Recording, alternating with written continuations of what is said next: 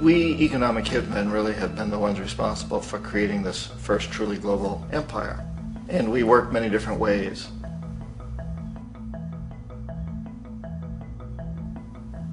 But perhaps the most common is that we will identify a country that has resources our corporations covet, like oil, and then arrange a huge loan to that country from the World Bank or one of its sister organizations. But the money never actually goes to the country. Instead, it goes to our big corporations to build infrastructure projects in that country, power plants, industrial parks, ports, things that benefit a few rich people in that country, in addition to our corporations, but really don't help the majority of the people at all. However, those people, the whole country is left holding a huge debt. It's such a big debt they can't repay it, and that's part of the plan. They can't repay it. And so at some point we economic hitmen go back to them and say, listen, you owe us a lot of money, can't pay your debt, so sell your oil real cheap to our oil companies. Allow us to build a military base in your country, or send troops in support of ours to someplace in the world like Iraq, or vote with us on the next UN vote. To have their electric utility company privatized and their water and sewage system privatized and sold to U.S. corporations or other multinational corporations. So there was that whole mushrooming thing, and it's so typical of the way the IMF and the World Bank work, that you put a country in debt, it's such a big debt it can't pay it, and then you offer to refinance that debt and pay even more interest. And you demand this quid pro quo, which you call a conditionality or good governance, which means basically that they've got to sell off their resources, including many of their social services, their utility companies, their school systems sometimes, their penal systems, their insurance systems, to foreign corporations. So it's a double, triple, quadruple whammy. So the economic hitmen go back in the 90s without success. If they'd had success, he'd still be running the country. We'd be selling him all the fighter jets he wants and everything else he wants. But they couldn't, they didn't have success. The jackals couldn't take him out again, so we sent the military in once again, and this time we did the complete job and took him out, and in the process created for ourselves some very, very lucrative construction deals. We had to reconstruct a country that we'd essentially destroyed, which is a pretty good deal if you own construction companies, big ones. So, you know, Iraq shows the three stages. The economic hitmen failed there, the jackals failed there, and as a final measure, the military goes in. And in that way, we've really created an empire, but we've done it very, very subtly. It's clandestine. All the empires of the past were built on the military, and everybody knew they were building them. So that the British knew they were building them, the French, the Germans, the Romans, the Greeks. And they were proud of it, and they always had some excuse, like spreading civilization, spreading some religion, something like that. But they knew they were doing it. We don't. The majority of the people in the United States have no idea that we're living off the benefits of a clandestine empire, that today there's more slavery in the world than ever before. And then you have to ask yourself, well, if it's an empire, then who's the emperor? Obviously, our presidents of the United States are not emperors. An emperor is someone who's not elected, doesn't serve a limited term, and doesn't report to anyone, essentially. So you can't classify our presidents that way. But we do have what I consider to be the equivalent of the emperor, and it's what I call the corporatocracy. The corporatocracy is this group of individuals who run our biggest corporations, and they really act as the emperor of this empire. They control our media, either through direct ownership or advertising. They control most of our politicians because they finance their campaigns, either through their corporations or through personal contributions that come out of the corporations. They're not elected, they don't serve a limited term, they don't report to anybody. And at the very top of the corporatocracy, you really can't tell whether a person's working for a private corporation or the government because they're always moving back and forth.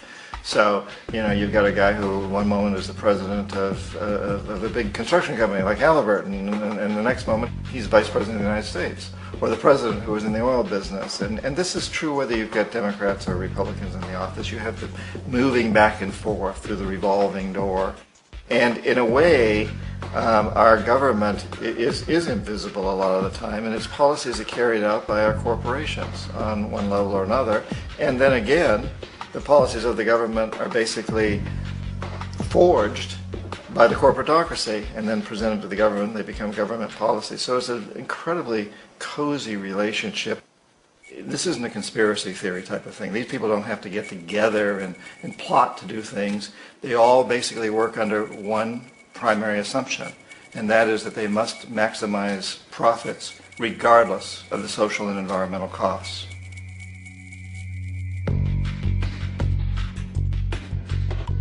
This process of manipulation by the corporatocracy through the use of debt, bribery, and political overthrow is called globalization. Just as the Federal Reserve keeps the American public in a position of indentured servitude through perpetual debt, inflation, and interest, the World Bank and IMF serve this role on a global scale. The basic scam is simple.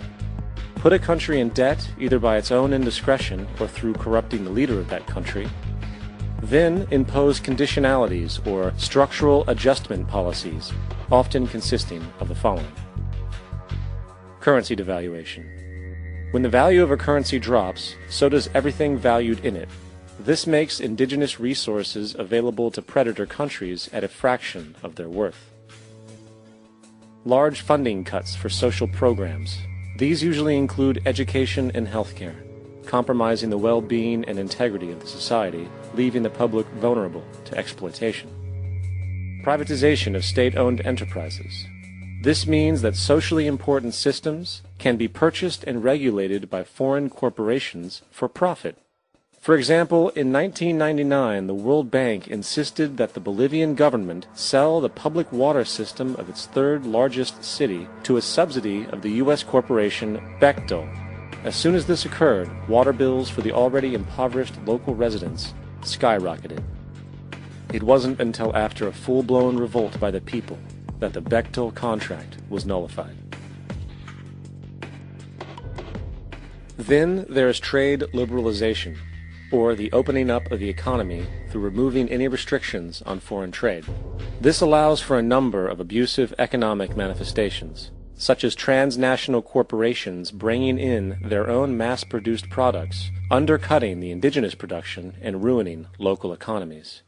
An example is Jamaica, which, after accepting loans and conditionalities from the World Bank, lost its largest cash crop markets due to competition with Western imports.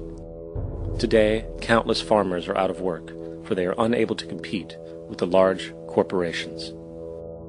Another variation is the creation of numerous, seemingly unnoticed, unregulated, inhumane sweatshop factories, which take advantage of the imposed economic hardship. Additionally, due to production deregulation, environmental destruction is perpetual, as a country's resources are often exploited by the indifferent corporations while outputting large amounts of deliberate pollution. It is important to understand the World Bank is, in fact, a U.S. bank, supporting U.S. interests, for the United States holds veto power over decisions, as it is the largest provider of capital. And where did it get this money? You guessed it, it made it out of thin air through the fractional reserve banking system. Of the world's top 100 economies, as based on annual GDP, 51 are corporations, and 47 of that 51 are U.S.-based. Walmart, General Motors, and Exxon are more economically powerful than Saudi Arabia, Poland, Norway, South Africa, Finland, Indonesia, and many others. And, as protective trade barriers are broken down, currencies tossed together and manipulated in floating markets, and state economies overturned in favor of open competition and global capitalism, the empire expands. You get up on your little 21-inch screen and howl about America and democracy.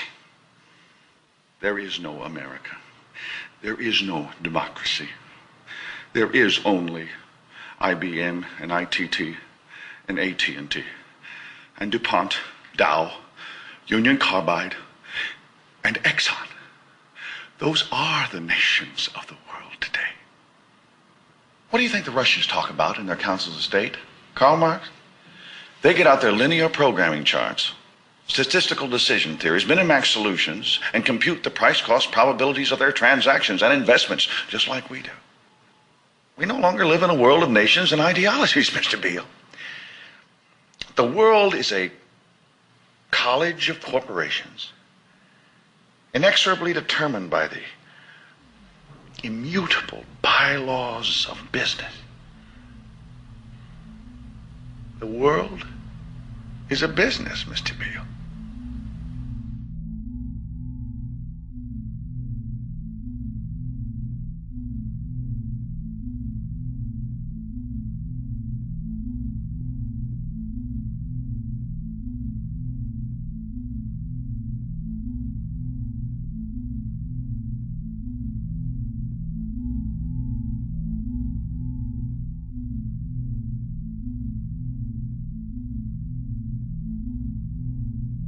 The world is being taken over by a handful of business powers who dominate the natural resources we need to live while controlling the money we need to obtain these resources.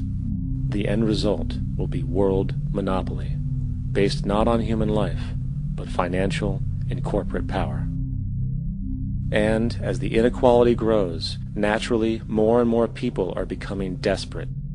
So the establishment was forced to come up with a new way to deal with anyone who challenges the system. So they gave birth to the terrorist.